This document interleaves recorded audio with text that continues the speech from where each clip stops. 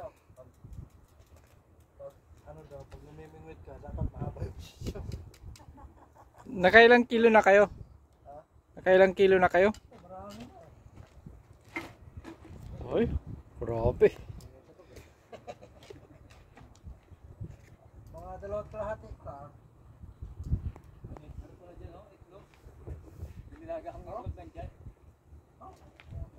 Pwede yung pampaing. Buo? Dapat kasi maganda yung ganyan ang gagamitin mo kasi ito mag-aantay kay. Maghulog ka pa, dapat talaga kung sa mga ito na yung mga ganyan, hindi pwede. Pero kung blue marlin ang huli niyan, Ay,